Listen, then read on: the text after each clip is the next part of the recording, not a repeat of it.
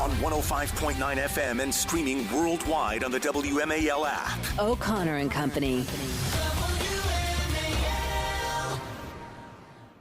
It's 8:37, O'Connor and Company. In 30 minutes, we'll hand it off to Chris Plant for the Chris Plant Show. I'm Larry O'Connor, and she is Julie Dunlock, and he is GREGG Pemberton, the D.C. Police Union Grand Poobah. Thanks for joining us, Greg. That's not the official title, is it, Grand Poobah?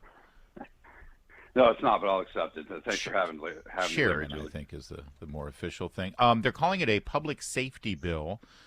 It's 115 pages. It's coming through the Committee on Judiciary and Public Safety. It's really about crime. It's really about crime, criminals, and police being able to do their job. What do you think of this effort by Brooke Pinto?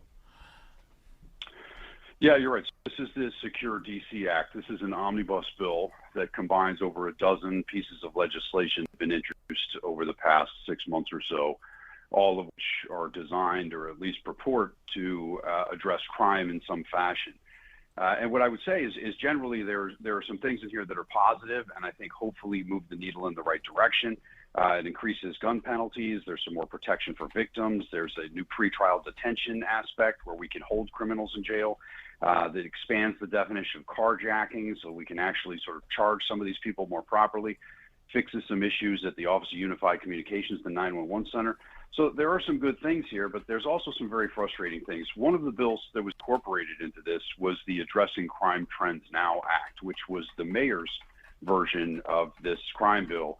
And what the mayor put in here was a number of provisions that repealed aspects of the 2020 Comprehensive Policing and Justice Reform Act, a bill that I've been on your show many times complaining about. Yeah. And we were very excited to see that, the repeal of some of the stuff that prevents cops from doing their jobs.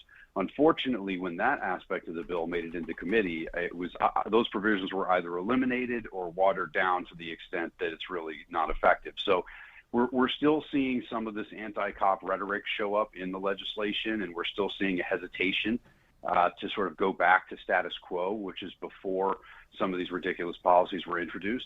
But what I would say is what we're watching is two things. One, there's been some chatter around the council that they may actually push this vote today. Chairman Mendelson is in charge of what goes to a vote and what doesn't, and there's some talk that he may push this to a later session, which would be interesting. I think that signals that they're not ready to take on these sort of pro-crime aspects yet. The other part of it is if it does go to a vote, whether that's today or on another day, who votes against it? Because those are the folks that are just absolutely in the way of us trying to come out here and solve these problems and get the crime under control. I'm interested in the kind of pressure these politicians are getting. What groups oppose this? I mean, I got to tell you, you look at this list of things like, shooting into a crowd, it'll make it illegal. I can't believe that isn't already. But, I mean, these seem like very common sense things. What groups or entities are pushing or sort of advocating against this bill? So the usual suspects, a lot of these anti-police activist groups that you see, and there's a half dozen of them or so, and they're usually pretty well funded. I think the one that leads the pack is the DC Justice Lab. This is one of the groups that was the architect of the original 2020 legislation, which got us into this mess. And they're very upset that there's a bill out there that actually purports to address crime. And so they're getting very loud and running around with their hair on fire that this is going to be the end of the world. But I think the important thing is it doesn't seem like there's a lot of people listening to them. And what I'm curious to see is whether or not that applies to the council members, because I have a sneaking suspicion that some of them are still subscribing to this ideology and are still going to be very vocal and vote against this measure.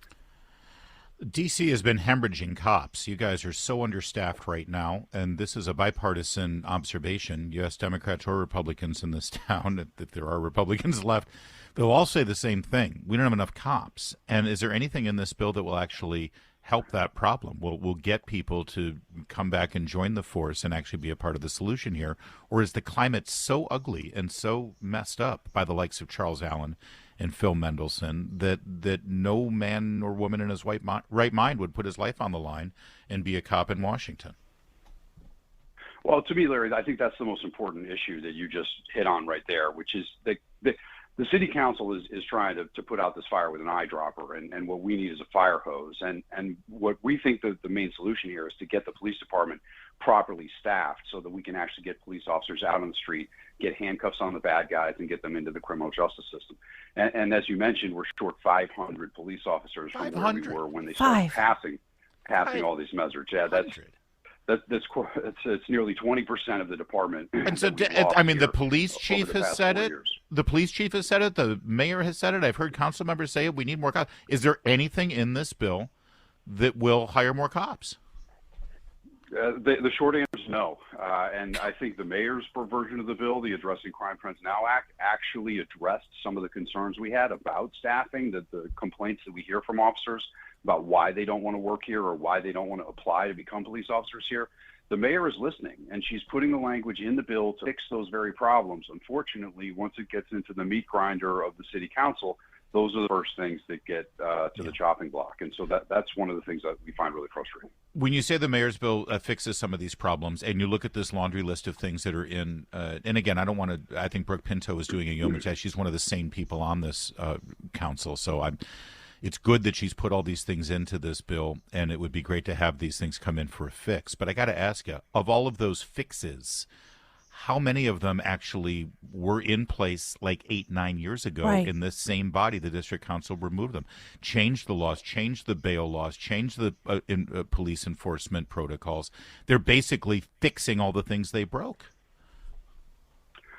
Well, I think that's exactly right. That's a perfect way to put it, because as the city council, and this happens in a lot of places in government, right? They pass legislation without considering these unintended consequences, and they break something pretty severely. And then rather than repealing it and going back to where we were before, they now pass new pieces of legislation to try to fix the thing they broke. And I think that's what you're seeing. And we are very supportive of Councilmember Pinto, and she is doing the right thing. I think she's moving the ball in the right direction. I think what she's up against is still a very radical city council that is not ready to give up these ideologies that we saw 2 or 3 years ago. Well, keep us updated. We're on your side, and more importantly, Gregg Pemberton, we're on the side of the cops who have to actually deal with this. It's still astounding to me. 500 empty slots right now in the D.C. police force. It's a wonder you guys are able to keep any semblance of law and order. So thank you for that. I appreciate it. Larry, Julie, thank you so much.